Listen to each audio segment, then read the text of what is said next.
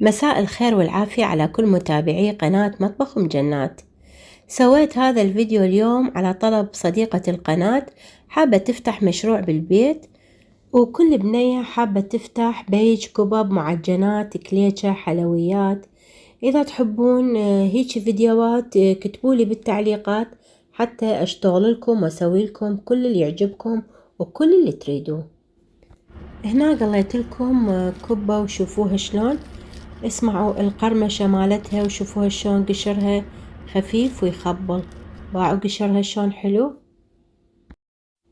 قبل ما نبدي بطريقة العمل أرحب بالمتابعين الجدد، وإن شاء الله تعجبكم قناتي.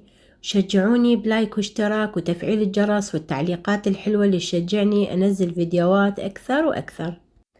هنا أنا عندي مقلاة أو طاوة خليتها على النار وضفت كيلو لحم، راح أبدي أقلب بيه إلى أن يبدي يتغير لونه. هنا أنا راح أضيف البصل، كمية البصل اللي ضفته كيلو واحد. أنا أستعمل بالكبب البصل الحار أو البصل الأحمر، وثرمته بمحضرة الطعام. أثرمه ثرم ناعم بس ما أخليه ينمرد ويصير بيه مي هواية. هنا أنا بديت أضيف البهارات، ضفت هنا ملعقة طعام من بهارات الكبة والكركم، وأنا أحب أضيف جوزة الطيب تنطيها طعم كلش طيب، جربوها بعد ما تقدرون تستغنون عنها. وهنا أنا ضفت ملعقتين طعام من الملح لأنه عندي الكمية كلش كبيرة، والبهارات تقدرون أنتو تتحددون بيها، تكثرون تقللون، والملح هم نفس الشي، هذا شي اختياري. هنا أنا راح أبدي أقلب كل زين على مود تتوزع عندي البهارات، وأيضا كله يستوي. ما خليت الطاوة لحد الآن أنا خالة النار كلش عالية.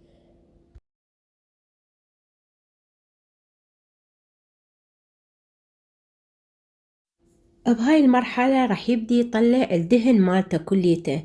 أني هنا راح أتركه على نار أقل من المتوسط وأقلب بيه، وراح أتركه، راح أشوف يبدي شوية شوية ينشف المي من عنده، واللحم هم راح يستوي كل زين يستوي، بس شوية أتركه فترة من الوقت. هاي طريقتي بعمل حشو الكبة. اكو طريقة ثانية يستعملوها، انه ياخذون يحطون على طاوة شوية زيت ويحمسون البصل وبعدين اللحم، ويبدون يضيفون البهارات ويقلبوها. أنا ما أفضل هاي الطريقة لأنه يصير بيها دهن هواية، أو حتى من أشتغل الكبة راح يطلع من عندها شوية الدهن مالتها. بينما أنا هنا راح أعتمد على الدهن اللحم بس، وأنشفه ما أخليه هيجي بيدين. هسه تشوفون أظل أقلبه إلى أن يبدي ينشف. ونرجع ونقول الطبخ هو فن وذوق، وكل من وطريقته بالأكل واللي متعود عليها. وهسه راح نوصل للفقرة المهمة اللي هي عجينة الكبة. أهم شي عجينة الكبة. هنا أنا عندي ماخذة تمن، أي تمن أو رز متوفر عندكم. أنا هنا المتوفر عندي كان الحبة الطويلة، أنا هنا أو اسمه البسمتي. أنا هنا بالبداية نقعته ساعتين.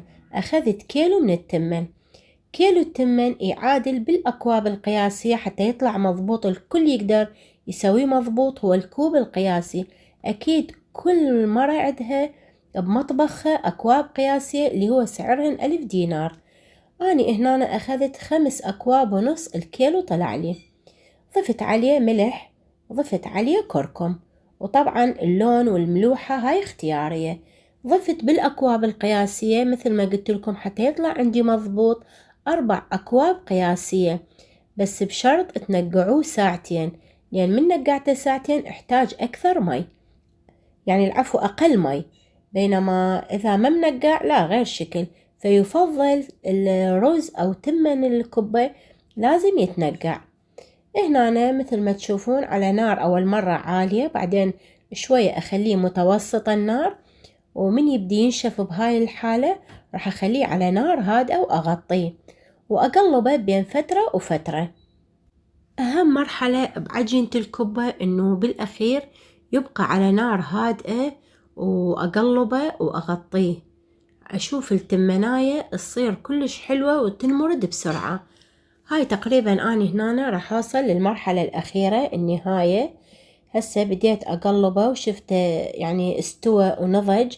راح أطفي النار ومثل ما تشوفون هسه أشوف الحباية مال التمن كل الزينة صارت، أبدي أعجنه. طبعا أكو عدة اختيارات للعجن التمن. هنا بهذا التمن بسرعة ينعجن صار، فتقدرون تعجنوه بإيدكم بمحضرة الطعام أو الهراسة اليدوية أو بالعجانة أو بماكينة اللحم، بالشي المتوفر عندكم. أنا بالنسبة إلي حتى الكل يقدر يسوي، عجنته بإيدي كلش سهل صار علي، ولو شوية من لابسة يعني الجفوف كلش مزعجة بالعجن، فحاولت عجنتها بإيدي على السريع وبعدين رجعت أسويها الكبة بالجف بهذا الشكل. أبد ما أخذت مني وقت لأن العجينة كلش سهلة.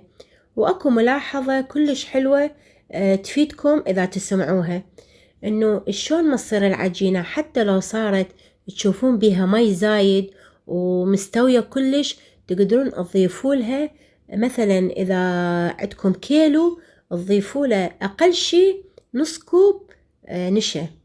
طبعا النشا يمص الرطوبة، فتصير كلش حلوة ومقرمشة، وأبد ما تخرب هاي. في حال إذا عجبكم شفتوها صارت كلش عجينة وما نجحت عندكم، في حال إذا طلعت مثل ما هسه أنا طبيعية كلش يعني العجن كلش مفيد.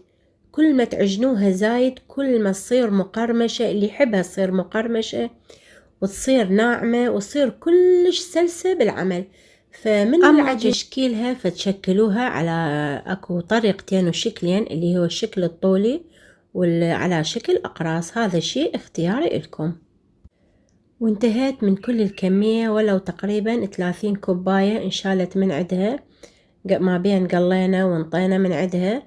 وهنا أنا بديت أقليها. طبعا يفضل طريقة التقلاء إنه فد شيء صغير والدهن يكون غزير حتى تتقلى من كل الجهات. وهذا يكون شكلها، وإن شاء الله استفاديتوا من الفيديو، والتقيكم بوصفة جديدة وفيديو جديد، واترككم في أمان الله.